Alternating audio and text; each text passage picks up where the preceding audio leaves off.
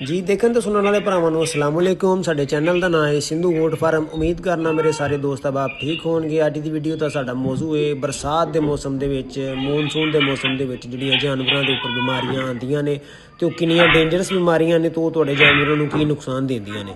पहले नंबर पर जी बीमारी आती है वो बीमारी अटैक करती है मूँह खुर। गंदगी की वजह तो पैदा होती है, बारिश होंगी है, तुहाडे जानवरों के थले चिक्कड़ बन जाता है, वो वजह तो गंदगी की वजह तो जानवरों मूँह खुर की बीमारी आ सकती है। तो यह मूँह खुर की बीमारी एक जानवर च आती है, एक तो दूसरे, दूसरे तो तीसरे, तीसरे तो चौथे जानवर च मुंतकिल हो जाती है। दूसरे नंबर पर आ जाती है PPR के भी चांसिस गंदगी की वजह तो बहुत ज़्यादा होंगे ने। जानवरों को PPR हो सकता है तो PPR की वजह तो भी जानवरों को प्रॉब्लम हो सकती है। तीसरे नंबर पर आ जाती है नमूनिया। नमूनिया भी इस बरसात के मौसम में जानवरों होने के चांसिस बहुत ज़्यादा होंगे ने, खास करके छोटे बच्चों को। अगर कोई बच्चा बारिश च भीग गया है या गर्म सर्द हो जाता है फिर भी जानवरों को बीमारी के चांस हो जाते हैं। पंजवें चौथे नंबर पर आ जाता जिहड़ा बकरियां तुहाड़ियां ताज़ा सूईयां होंदियां ने। ताज़ा बकरियां सूईयां होंदियां ने, जिहड़े दोस्त झोला इस्तेमाल नहीं करते उन्होंने बकरियां नूं झोला इस्तेमाल नहीं करवाते है, वो बकरियां नूं थल्लों गंदगी की वजह तो जिहड़े थना के सुराख होंदे उन्हां च गंदगी की वजह तो जरासीम चढ़ते हैं तो बकरियां नूं मिसटाइटिस की प्रॉब्लम भी बहुत ज़्यादा होंदी है बरसात के मौसम के विच। ठीक हो गया। उस तो बाद आ जाती है ETV। सब तो मेन बीमारी जिन्हों है ETV कहा जा सकता है। ये जानवर 15 तो 20 मिनट के तुहाडा जानवर एक्सपायर हो जाता है। तो यदी एक मेन वजह है जिवें असी सबज लूसन इस्तेमाल करवाने हैं। वीडियो तुसीं देख सकते हो साडे जानवर सबज लूसन खा रहे हैं, असी अपने जानवरों को सबज लूसन इस्तेमाल करवाने हैं। इस मौसम के जानवर पट्ठियां दे विच कीड़ा ये वो बहुत ज़्यादा होंदा है। खास करके जिहड़े दोस्त सबज लूसन इस मौसम यूज़ करवाते हैं उन्होंने वास्ते भी कि वो जिहड़ा ना यह महफूज तरीके दे नाल इस्तेमाल करो। हुण सब तो पहले तुहानूं पहली बीमारी का जिहड़ा मेन इलाज है वो दसना शुरू करने। सब तो पहले आ जाता मूँह खुर। जिहड़े जानवरों को मूँह खुर हो जाता सब तो पहले तो उस जानवर को अपने जानवरों तो अलग कर दिओ।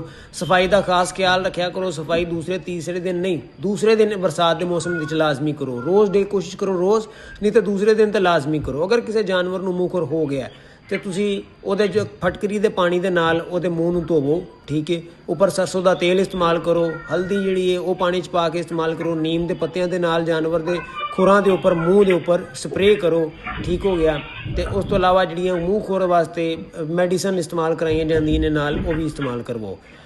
दूसरे नंबर पर आ जाता है ETV का इलाज। तुहानूं दस दिंदे ETV बेहतरीन हल है। तो ETV तो बचाने का जानवरों को बेहतरीन हल है कि ETV की वैक्सीन करवाओ अपने जानवरों की, जिहड़ी तकरीबन मार्च अप्रैल के दरम्यान किते हुंदी है। ठीक हो गया। उस तो बाद तुसी अपने जानवरों को जिहड़ा सबज चारा पा रहे हो उन्होंने पहले लिया के अपनी एक खुले साफ जगह के उपर उन्होंने फैला दिओ। थोड़ा जिहा जो थोड़ा जिहा फैला दो कि 15-20 मिनट अद्धा घंटा फैला दो। अगर वो कोई कीड़ा वगैरह होएगा धुप के नाल तल्फ हो जाएगा, वो निकल जाएगा या वो मर जाएगा। उस तो बाद आ जाता है जिहड़ा बकरियां नूं मिसटाइटिस की प्रॉब्लम बन जाती है। मिसटाइटिस वास्ते बकरियां नूं झोला चढ़ा के रखो। बच्चों को दुध कोशिश करो पिलाओ, पिलाते सारी फौरन बकरी बच्चों को झोला चढ़ा दिओ। उस तो बाद जिहड़े आ जाता PPR। जिहड़े जानवर को PPR हो जाता। PPR ऐसी बीमारी है कि ये जो वाड़े च वड़ जाती है फिर एक जानवर तो स्टार्ट होती है तो सारे जानवर नाल लैके जाती है। ठीक हो गया। ये तो बचाने वास्ते जिहड़े जानवर को अगर PPR हो गया सब तो बेहतरीन इंजैक्शन जिहड़ा PPR इस्तेमाल होंदा है एक्सीफर अपने जानवर को यूज़ करवाओ। अगर जिहड़े जानवर के मूँह छाले बन गए ने ਉਹਦੇ मूँह ਦੇ ਵਿੱਚ सोमोजेल ਤੇ हल्दी मिक्स करके लाओ अपने जानवर ਨੂੰ। सोमोजेल ਤੇ हल्दी ਜਿਹੜੇ दोस्त तूड़ी वगैरह इस्तेमाल करवाते हैं PPR वाले जानवर ਨੂੰ तूड़ी वगैरह इस्तेमाल ना करवाओ। जो मौसम जानवर ਨੂੰ तेज़ हो जाए सबज चारा बिल्कुल बंद कर दिओ। जामुनू के पत्ते खिलाओ या सौंफ जिहड़ी है ਉਹਦੇ ਵਿੱਚ पत्ती इस्तेमाल करवा के ते उस जानवर ਨੂੰ जानवरों तो बिल्कुल अलग कर दिओ।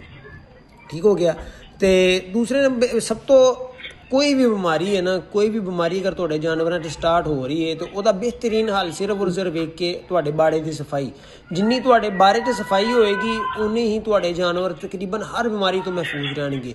तो कोशिश करो जिहड़े दोस्त ने जिवें मतलब कि विजिटिंग वास्ते दोस्त आउंदे ने फार्म ते कि यार असीं विजिट करना चाहते हैं, एक तो इस मौसम में उन्होंने जरा अवॉइड करवाओ क्योंकि वो अपने जानवरों चो आ रहे हैं तो नाल तो कोई ना कोई बीमारी लैके आएंगे।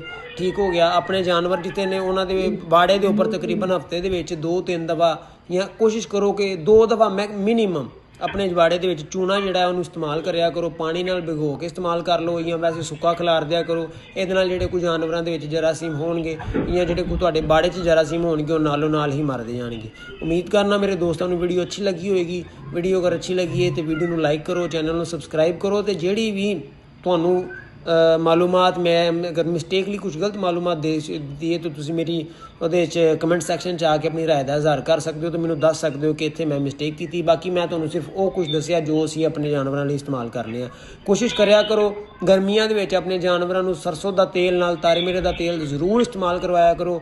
ਮੈਂ ਕੱਲ੍ਹ ਆਪਣੇ ਗਰੁੱਪ 'ਚ ਵੀ ਇਹ ਗੱਲ ਕੀਤੀ ਸੀ ਕਿ ਸਰਸੋਂ ਦਾ ਤੇਲ ਅਤੇ ਤਾਰੇ ਮੇਰੇ ਦਾ ਤੇਲ ਜਿਹੜਾ ਬੰਦਾ ਆਪਣੇ ਜਾਨਵਰਾਂ ਨੂੰ ਇਸਤੇਮਾਲ ਕਰਵਾਉਂਦਾ ਗਰਮੀਆਂ ਦੇ ਵਿੱਚ ਉਹਨੂੰ ਕਿਸੇ ਵੀ ਟੌਕਸਨ ਬਾਈਂਡਰ ਦੀ ਜ਼ਰੂਰਤ ਨਹੀਂ ਹੈ।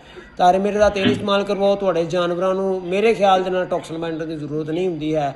ਮੇਰੇ ਜਾਨਵਰਾਂ ਨੂੰ ਮੈਂ ਗਰਮੀਆਂ ਪੂਰੀਆਂ ਤਾਰੇ ਮੇਰੇ ਦਾ ਤੇਲ ਦਾ ਇਸਤੇਮਾਲ ਕਰਵਾਉਣਾ ਵਾ ਤੇ ਟੌਕਸਨ ਬਾਈਂਡਰ ਬਹੁਤ ਕਮ, ਮੇਰਾ 200 ਕਿਲੋ ਵੰਡਣ ਦਾ ਉਹਦੇ 'ਚ 1 ਕਿਲੋ ਟੌਕਸਨ ਬਾਈਂਡਰ ਮੈਂ ਇਸਤੇਮਾਲ ਕਰਨਾ ਵਾ।